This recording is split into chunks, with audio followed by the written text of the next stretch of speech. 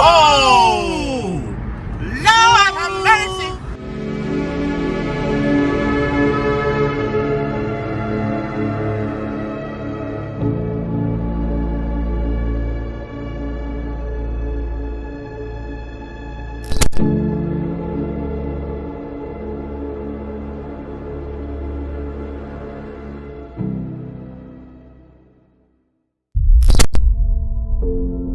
Those intense wildfires, blood orange skies, snow in September. As if 2020 wasn't strange enough already, this was the morning commute over San Francisco's Golden Gate Bridge this week. Kind of spooky, perfect Apocalyptic is probably the right term to use. You know, every year they say this is the worst fire season ever, and it is. Every year builds on the last one, it seems like. Yeah, it really does. Parts of southern England were hit by a 3.3 magnitude earthquake this morning. The tremors gave these dogs and local residents a shock, shaking houses in Leighton Buzzard, where the epicentre was recorded. It was felt by people in Bedfordshire, Buckinghamshire and Hertfordshire, and there were no reported injuries. Oh! Lord have mercy! Oh, it's like, you can feel the heat. Oh, you can feel the heat. Oh. It's so hot. Oh my God. It only started 2 days ago. A rare earthquake rocked people this morning in New Jersey. This one was 3.1, hitting central Jersey, the epicenter in East Freehold. A lot of people, I was going up to them and saying, did you feel the earthquake overnight? And they're like, what are you talking about? What earthquake? Like, yes, there was an earthquake. It's not often that we can actually feel one in New Jersey, but it did happen. The quake reportedly was felt in parts of New York and Philadelphia as well. It just shook. My entire house was shaking. Thought someone broke in. My wife and the dog and myself jumped out of bed. A 3.1 magnitude earthquake centered near Freehold, New Jersey, woke a lot of folks up last night, including Amy Carr. In fact, it was her dogs acting nutty that woke her. So I went to wake up my husband and he said, oh, you just had a bad dream, go back to sleep. This morning, Ryan decided to check his surveillance video. I went back to 2 a.m. and you hear a loud bang. And breaking at this hour, did you feel it? One of the strongest earthquakes to shake the area did just that this morning, right on the Alabama-Florida state line in Pollard. Yeah, the quake even showing up, Lanice, on South Alabama's seismograph. Look at that spike. And shaking it was. Little did people know the earth was indeed moving under their feet. We literally thought someone had hit the building. The quake occurred more than 6 miles beneath the surface. Surveillance video catches reactions from workers at a convenience store the moment a 3.8 magnitude earthquake hit today near the Alabama-Florida state line. Surveillance video shows the shelves moving and the bottles shaking. All the action lasted about 3 seconds. It was crazy. I felt crazy, but it wasn't crazy. Enough to leave the clerk here shaken too.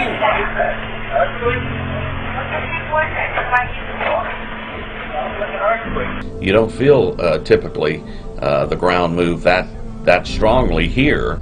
Well, most of the people who grew up here say this is not the first time they've felt the earth shake, but this was definitely the strongest. From Montana to the Mexico border, huge swaths of the western U.S. are burning. Hundreds of thousands of square kilometers have burned in California, Colorado, Arizona, Montana, Oregon, Utah, and Washington.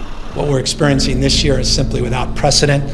Amazing to hear you describe it as nature's kerosene in a way. I mean, it's just amazing what we're seeing happening. But More than 100 major fires have now burned across 11 western states in what is rapidly becoming the worst fire season in American history. With 3 months still to go until the end of wildfire season, this year has already produced historic destruction. California's record-breaking heat wave has intensified the destructive wildfires burning across the state. But the perfect recipe for a fire. This forest hasn't burned in decades. It's bone dry, and it's ready to explode. Across California, more than 1 million acres burned just this week. In Butte County, a massive inferno is threatening the town of Paradise. And tonight, the harrowing new images coming in. Look at this. This is a home near Oregon City, Oregon. And keep in mind, this image was captured in the middle of the day. Thousands have been forced from their homes, their entire neighborhoods destroyed tonight. In California, they are setting records. Los Angeles has reported its highest ever temperature, an astonishing 49.4 degrees Celsius. That's 121 degrees Fahrenheit. I did not know thermometers could count that high. From space, the entire West Coast smothered in smoke. Oh my God, this looks really bad. Tens of thousands of evacuees clogging roadways as they drove through that orange hellscape. A widespread wildfire emergency spanning 3 states. High winds acting like natural kerosene, fueling more than 50 large wildfires in Washington, Oregon, and California alone. An unprecedented year. 6 of California's largest wildfires ever have occurred in 2020. A record 3 million acres destroyed. Lives lost and devastation as far as the eye can see. A driver in Oregon filmed the dramatic scenes as an inferno engulfed the forest, while a bird's eye view reveals the total obliteration the fires left in their wake. As we come on the air tonight, nearly 30 enormous and fast-moving blazes are burning across the state. Entire towns have now been wiped off the map. After 2 fires there converged, it created explosive conditions. In Oregon, a state of emergency declared as 36 wildfires burn across the state. In Washington state, where one town lost City Hall, its post office, and the fire department. We've got fires burning from in the north part of the state all the way to the Mexican border, about 800 miles between the furthest distant fires. With hundreds of wildfires burning in a dozen western states, firefighters say whipping winds and record heat are helping fuel these epic conditions. These wildfires have burned a record 3 million acres this year alone. That's more than 26 times what had burned by this point last year. The smoke and ash in the atmosphere cast a glow over San Francisco in an eerie orange light. It's apocalyptic. I honestly felt like we're under attack or something. This is very unusual. This is unprecedented, I think, for anyone. A fiery glow that one resident said was like being inside a lit jack-o'-lantern. This year it's hitting us harder than ever.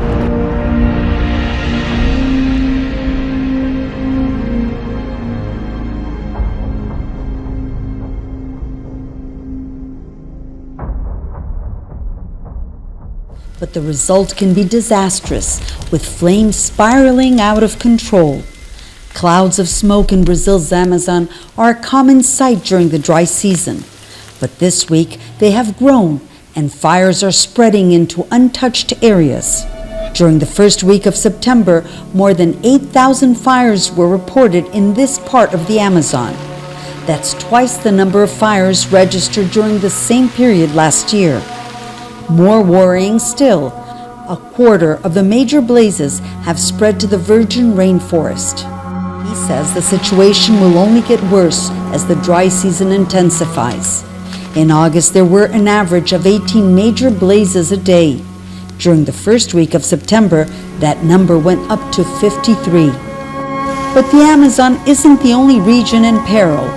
Fires have also been burning in the Pantanal, the world's largest wetland, threatening endangered species. Since January, roughly 23,000 square kilometers have been burnt, an area 30 times the size of New York City. In Karachi, floods batter the city, plunging Pakistan's financial capital into chaos. Since last week, people have had to contend with power cuts, mobile network outages, and shortages of both fuel and cash. Dozens of people have died as a result of the torrential downpours and widespread flooding. And anger is growing. Typhoon Haishen has touched down on the Korean peninsula after hitting southern Japan. Haishen came howling ashore, pummeling this southeast corner of South Korea, the second destructive typhoon within a matter of days. Further up the east coast, a city surrounded by water. This seafront restaurant was already extensively damaged by Typhoon Maisak last week. The same family have been running it for 40 years and say they've never experienced storms like these. In North Korea, state TV pictures show the extent of the damage there. Heavy rain and strong winds left high waves that flooded streets and left buildings partially submerged in water. The country bore the brunt of recent typhoons, and there are fears of the damage being wrought on its agricultural sector and the country's tenuous food situation. Already drenched from successive typhoons and unusually prolonged seasonal rains, there's been more flooding, especially along the peninsula's east coast, extending up into North Korea. As the peninsula comes to terms with a spate of storms that has taken lives, closed businesses, cut power and clogged the country's transport systems, he and his neighbours wait anxiously to find out what the surrounding seas might throw at them next.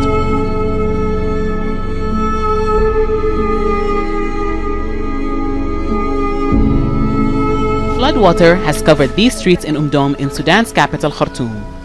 Homes were abandoned as water from the Nile filled them, making them uninhabitable. It's the result of a rise in the river's levels, the highest in more than 100 years. Much of Nafahad's neighborhood in the southern part of Sudan's capital, Khartoum, is now flooded. Some homes have collapsed as a result of the force of the water, as the river, which was once nearly 3 kilometers away, became one with the area. The levels of the Nile started rising 3 weeks ago, causing destruction as it flooded its banks and flowed into villages and towns. More than 100 people have died in the past month as a result, and more than 100,000 homes have been damaged or destroyed. A 3-month state of emergency has been announced by the government. This isn't the first time the Nile has flooded its banks, but those affected say it's the worst they've ever seen. In the past month, their biggest challenge has been to fight the fires that are destroying these wetlands that cover an area of 14,000 square kilometers. The lack of rain this year has caused a severe drought, which makes it easier for the fires to spread. Like in the central province of Córdoba, where at least 14,000 hectares have burned. The governor declared the area a disaster zone. The fires are now under control, but environmental groups say it's an example of how serious the situation is. There's a lethal combination ongoing. As apocalyptic scenes play out across the West, tonight inside the burn zone, destruction and loss are mounting. A devastating and historic fire season with 4 more months left until its official end. In the middle of the day, the city by the bay almost unrecognizable. Look at the Golden Gate Bridge, the same colour as the dark orange skies surrounding it. Smoke and ash blocking out the sun, making it feel like the end of the world. 11:15. Crazy. What's behind the many conflagrations? Bone-dry brush and trees following years of intermittent drought. Low humidity combined with a broiling heat wave in recent days, and above all, high seasonal winds blowing down from the mountains provide a singular recipe for disaster.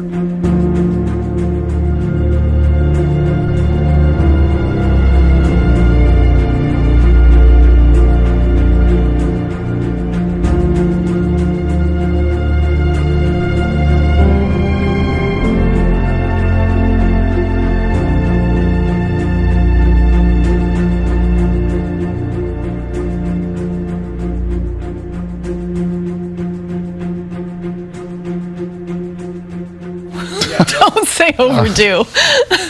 Not till next year. Please. This is the year 2020, right? Stuff's been happening.